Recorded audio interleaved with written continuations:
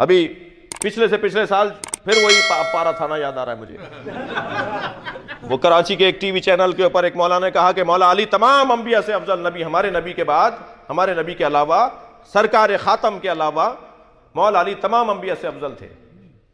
तो कहा जी तौहीन अंबिया हो गई है और इन पर तौहीन अंबिया का पर्चा कटेगा। यहां जमा करवाया आपके यहां। और हमने तो कहा कि इनको कौ पर्चा करें, और फिर वहाँ उस वक्त में हमने जो जवाब दिया था वो बहुत ज़्यादा फैला था सोशल मीडिया के ऊपर। मैंने मौलाना से कहा जाके बोलिए कि सिर्फ फतवे आप ही नहीं देते, कोई और भी फतवा देना जानता है। ये क्या बात हुई? ये कहना कि मौला अली तमाम अंबिया से अफजल है, इसमें कहाँ तौहीन अंबिया है? हजरत ईसा मौला अली के पोते के पीछे नमाज पढ़ेंगे, इसमें हजरत ईसा की तौहीन है? पहले तो ये समझाओ कि तौहीन कैसे जी। हजरत ईसा अगर पीछे नमाज पढ़ रहे तो तौहीन कहां है? अफजल होना मफजूल की तौहीन नहीं है। पहले तो मैं उन्हीं की जबान में बात करूं ना। अफजल होने से मफजूल की तौहीन लाजिम नहीं आती। किसी को अफजल कहूंगा तो जो मफजूल हो जाएगा वो तौहीन है। ये क्या बात हुई? और अगर यही कायदा कानून है कि अफजल कहने से तौहीन साबित हो रही है तो सिर्फ आप ही फतवा नहीं देते, फिर पाकिस्तान के आईन में तौहीन अहले बैत का कानून भी है। अगर मौला अली को अंबिया से अफजल कहना तौहीन अंबिया है तो हजरत अबू बकर को मौला अली से अफजल कहना यह अहले बैत की तौहीन है।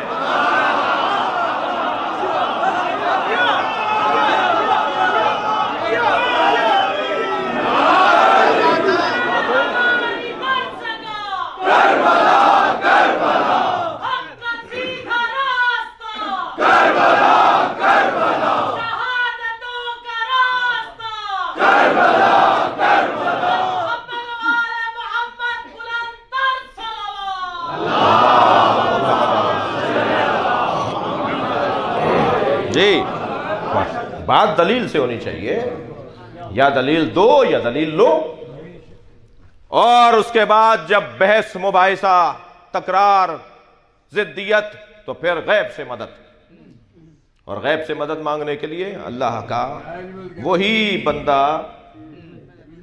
बंदा अल्लाह से मदद तलब कर सकता है, मंगवा सकता है। तलब तो हम सब करते हैं, मंगवा वो सकता है कि जिसके पास अल्लाह का कुर्ब हासिल हो, कुर्ब इलाही हासिल हो जी।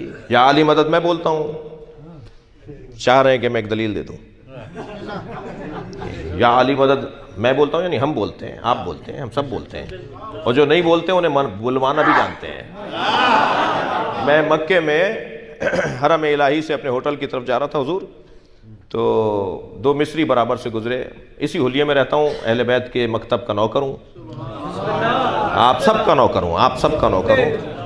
और कोई इतनी मोटी किताब तैयार हो जाएगी जो सफ़रों में मुलाकातों में गुफ्तगू हुई है ना, जो कोई ना कोई बराबर में तो ज़रूर बैठता है जी, खड़ा होता है, बैठता है, चलता फिरता एयरपोर्ट्स पर।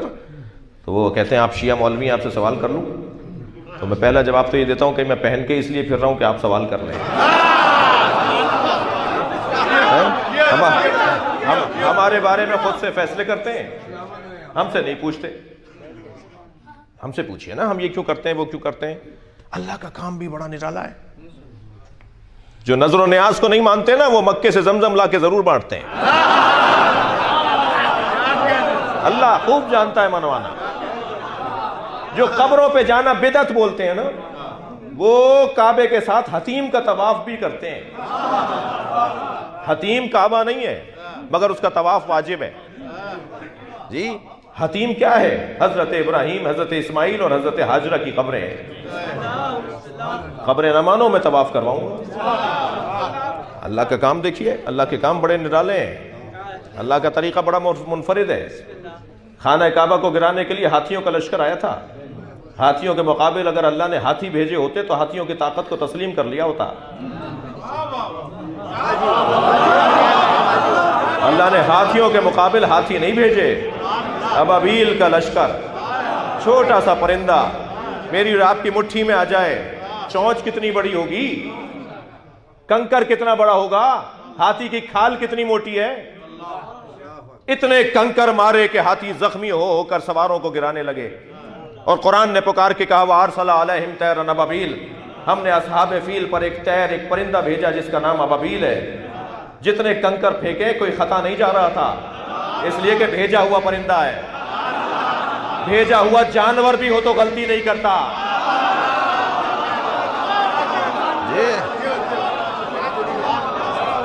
दिल खोल के, उच्चा बोल के अपनी पैदा करने वाली माँ को गार्ड ऑफ ऑनर पेश करके उच्चा माशाअल्लाह माशाअल्लाह। मैं जो काम कर रहा हूं, आप जो काम, हम बताएंगे ना हम क्या कर रहे हैं, क्यों कर रहे हैं, क्यों कर रहे हैं। भाई बच्चों को काट के खिला रहे हैं, तो कोई एक तो रावलपिंडी का बच्चा गुम होता। शिया हजरात बच्चों को ज़िबा करके गोश्त पकाते हैं, तो कोई एक बच्चा तो गुम होता रावलपिंडी में। आज तक कोई FIR कटी कि मुहर्रम आए 4 बच्चे गुम हो गए। क्या बातें कर रहे हो, पुरानी बातें, घिसी पिटी बातें, जाहिलाना गुफ्तगू। अब दौर बदल गया, अभी तुम्हारी बातें चलने वाली नहीं है। अब ये बात नहीं चलेगी कि मजलिस में ना जाना, न्याज खाना बिदअत है।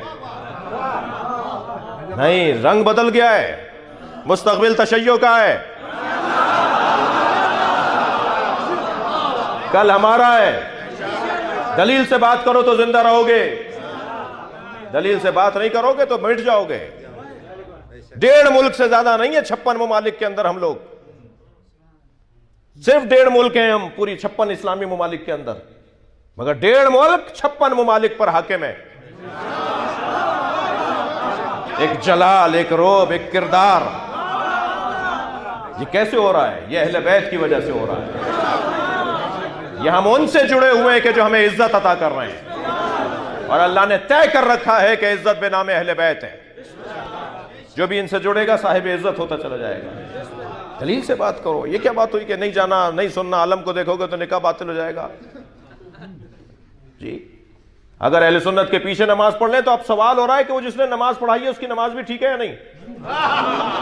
तो माकूल बनो भाई जी। लाहौर में एक मंजर बना ना, एक अहले सुन्नत के आलिम ने आगे पढ़ के नमाज पढ़ाई, पीछे सुन्नी शिया भी और सुन्नी भी खड़े थे। तो अब उन पर एतराज हो रहा है कि आपकी नमाज बातिल हो गई क्योंकि शिया पीछे पढ़ रहे थे। माकूल बनो। मैं आपसे कह रहा हूं अपने बच्चों को, दोस्तों को अपने साथ, अव्वल तो हर जवान मेरा अपने साथ एक सुन्नी भाई को जरूर लाया करें। जब तक इन्हें इस घड़े से पानी नहीं पिलाओगे इनका जायका नहीं बदलेगा। और ये कोई कारनामा नहीं है कि खुद न्याज पकाई और खुद खा ली। उन्हें खिलाइए जो नहीं खाते। 2 दफा लौटाएंगे ना तो नाराज ना होइएगा। ये आपका और उसका मसला नहीं है, उसका और हुसैन का मसला है। यकीन जानिए कुछ मुद्दत के बाद वहां से पैगाम आएगा कि हम भी न्याज बनाते हैं। इतनी सी टैबलेट मेरे सर का दर्द दूर कर देती है, हुसैन की न्याज असर नहीं करेगी। जो हलक से लुक़मा उतरता है इसका असर है। वसअत क़ल्बी के साथ, सेह सदर के साथ, अजीजों जानों भाइयों के साथ रहते हुए। आयतुल्लाह सिस्तानी फरमाते हैं सुन्नी हमारे भाई नहीं है, सुन्नियों को भाई नहीं कहो, सुन्नी हमारी जान है। सुन्नियों के साथ हम रहते हैं, सुन्नियों के साथ हमारी दोस्तियां हैं, ताल्लुकात हैं, स्कूल कॉलेज इदारों में हम सब साथ साथ हैं, महल्ले गली कूचों में हम साथ हैं। ये कहकर जान नहीं छुटेगी कि वो चाइना वाले सांप बिच्छू और चिमगादड़ का सूप और कुत्ते बिल्ली खा रहे हैं तो वो कोरोना वायरस का शिकार हो गए। खाया किसी और ने था, बीमारी तो आपको भी लगने को है ना। अब समझ में आया कि हुसैन को कत्ल करने वाला भी जहन्नुमी है, खामोश रहने वाला भी जहन्नुमी है। बुराइयों के खिलाफ चलिए। सलवात पढ़े मोहम्मद व आले मोहम्मद।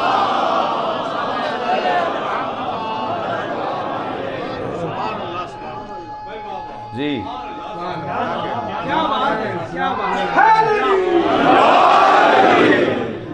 वो तो गैर मुस्लिम है, वो कुत्ते बिल्ली खाते हैं, तो हमारा क्या मतलब। नहीं, हमारा मतलब अब बन रहा है ना, हमारा मतलब बन रहा है। और अजीब बात है, पैगाम आ गया वहां पर, वहां की अदालत ने फैसला सुना दिया जिसको ये वायरस लगा है उसे मार दो।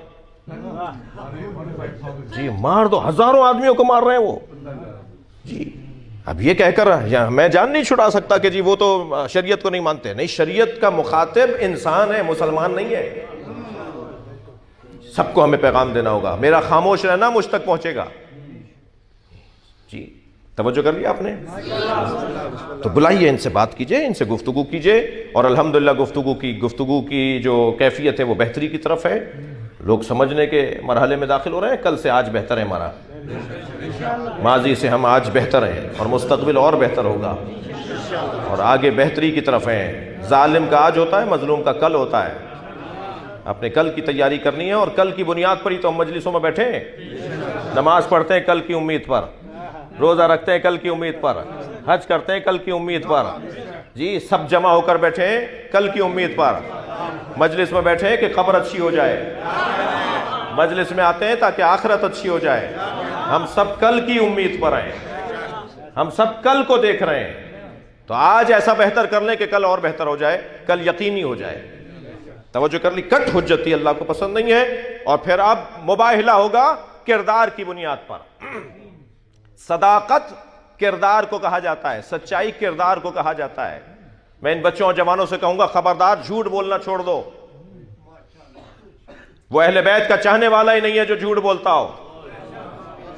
मेरे पास अथॉरिटी नहीं है कि मैं इजाजतें देता फिरूं, लेकिन मैं बहुत धीमे लहजे में कह रहा हूं, नमाज नहीं पढ़ते आगे बढ़ो, रोजा नहीं रखते आगे बढ़ो। जी, हज पे नहीं गए, 20 साल से हज वाजिब है, देखते हैं, मगर झूठ बोलना छोड़ दो। सरकार की खिदमत में एक गुनहगार तरीन फर्द आया, या रसूलुल्लाह बुराइयों में घिरा हुआ हूं, सारी बुराइयां एक साथ नहीं छोड़ सकता, एक बुराई बता दीजिए जिसे छोड़ दूं, इससे ज्यादा नहीं कर सकता।